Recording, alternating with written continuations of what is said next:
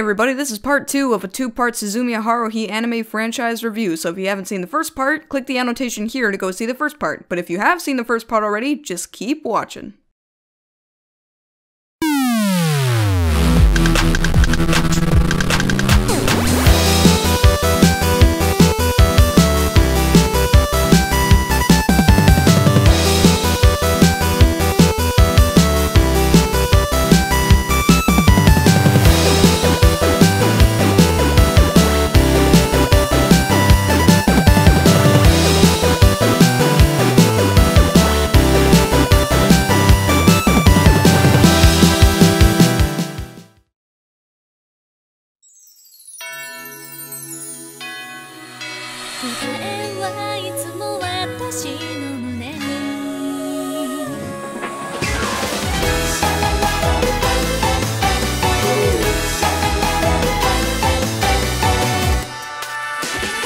Why you, though? Who are you, Theta? You want to know who Theta is? Well, Wait, hold that thought. I actually have a review to do. Can you wait, like, 10 minutes? I just want to get this done first. But I was about to tell you something important. Too late! Hey everybody, Sol here! I have only one rule here. If it's animated, I'll comment on it. And it's that time once again to continue dodging reality by reviewing something completely unrelated to my current harrowing situation. It's like I always say, why deal with it now when you can deal with it tomorrow? I've always lived my life like that. That's the way I feel about my high schooling, and my blood pressure, and also this weird fungus growing on my arm. I don't know what it is. But there's no putting off the review, ladies and gents, so it's time to finish off our look at the Suzumiya Haruhi franchise with a look at Suzumiya Haruhi no Shōshitsu. Suzumiya Haruhi no Shōshitsu, aka The Disappearance of Haruhi Suzumiya, is an anime movie produced by Kyoto Animation and is based off the 4th Suzumiya Haruhi light novel of the same name written by Nagaru Tanigawa. The film released in theaters in 2010, and as of 2017, it holds the record as the second longest animated film ever made, falling only 1 minute behind the 1983 anime film Uchu Senkan Yamato Kanketsu Hen, aka Space Battleship Yamato Final Saga, in runtime. Damn, if the movie really is that long, then I guess there's no time to waste, especially if I can't use my powers to turn back time, or else Theta will get really pissed off. So without further ado, let's take a look at Suzumiya Haruhi no Shōshitsu. Okay everyone, time to pull out your graph paper and your protractors. And while you're at it, dust off your creaky old trigonometry skills, because this movie's plot is like a never-ending math equation that only gets harder the longer you try to solve it. Oh, I'm sorry everyone, I was just having a PTSD flashback to my Math 11 classroom. But yeah, this film's plot may take you several tries to piece everything together in a way that makes sense. And that's because, on the morning of December 18th, Kyon wakes up to find his entire world has changed. No, not the kind of change involving dinosaurs, Nazis, and mutated Fran Drescher stomping around, but the scary kind of change, in that everybody important to him, like Haruhi Suzumiya and Koizumi Itsuki, have completely vanished from his school, and nobody remembers them. Also, Mikuru Asahina is no longer a time traveler, and Yuki Nagato is no longer an alien.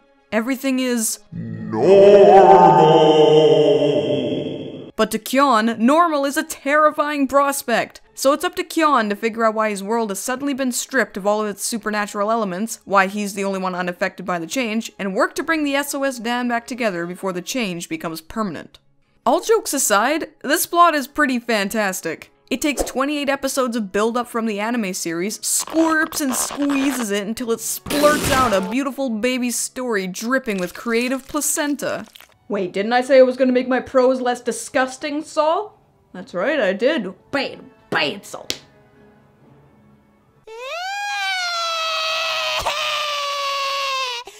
In terms of characters, everyone is pretty much the same as their series counterparts, so that gives me a good opportunity to delve into my personal favorite character, Kyon. Since, again, even though the movie is named after Haruhi, Kyon is undoubtedly the main character here. While Kyon himself is basically the same as he is in the anime, here his character is given much more narrative exploration, since the situation he finds himself in throughout the majority of the runtime really throws his personality into relief. His reactions to the terrifying notion of having your entire world change before you but still look and feel exactly the same are absolutely perfect in my opinion. His fear, his tension, his relief, sadness, confusion, and general emotions that he exudes throughout his journey definitely make him a much stronger character in my eyes. I mentioned in my previous Suzumiya Haruhi review that some people might be bothered by Kion's propensity to sigh wearily about his situation, but never try to improve it in any way, yet it didn't bother me so much, and this here is why.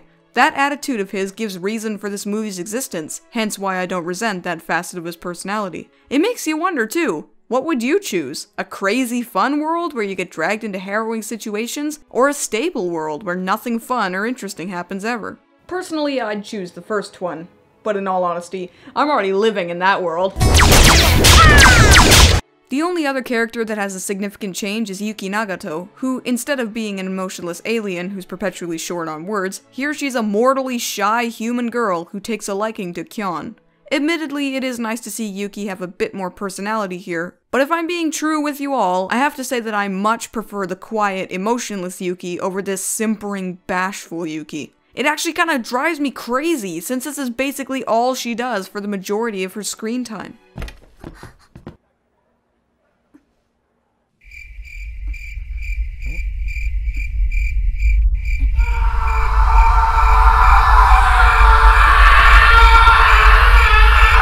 I mean, it's not as bad as Lena Lee from Final Fantasy Legend of the Crystals yelling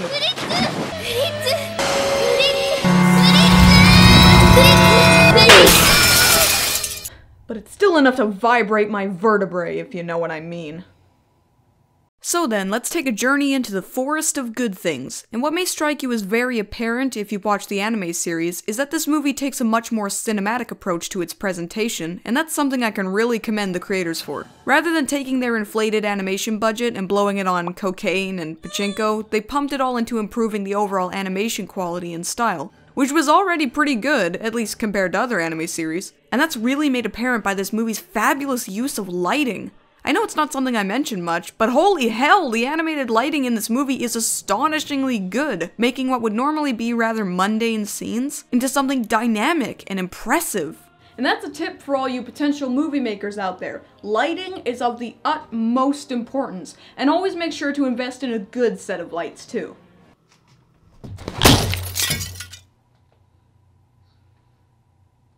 I mentioned a wee bit earlier that the plot and story delicately tickle my testes, but it goes beyond that. This is one of the only things I've ever seen, not just animation, but things in general, that actually manages to close its causality loop with its time travel. I've gone over it so many times in my head, and I honestly can't find a single hole in the way they managed to spackle everything up with a loving coat of continuity. If you have a degree in theoretical physics and an ungodly amount of time on your hands, I challenge you to find a hole in their presentation of time travel. And when you do find it, I would like you to put it in an envelope and send it to my P.O. box. The address is 123 I Don't Give a Fuck Avenue.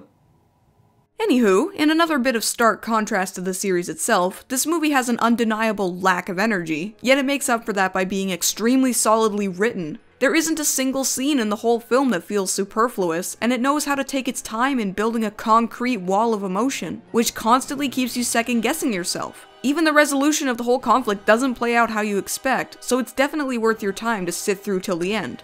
I made a point of mentioning in my Suzumiya Haruhi no Jutsu review that the best moments in the series are when the focus is taken away from Haruhi herself, and obviously the creators felt the same way, since there's almost none of her typical abhorrent behavior in this movie, which makes me actually enjoy Haruhi's presence much, much more. Absence makes the heart grow fonder, after all. How dare you say that to me? So we've already seen a marked improvement from its predecessor, and that is a relief, let me tell you. So without further ado, let's delve into the bad things.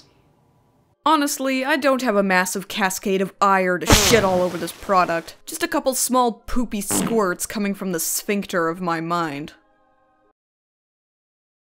Now, I understand that technically this movie's version of Yuki Nagato is a different character entirely, but I'll say it like I mean it, I just don't like this version of Yuki. She is way too goddamn shy, and so quiet that it makes me just want to hit her in the back of the head to make her spit out her words like this.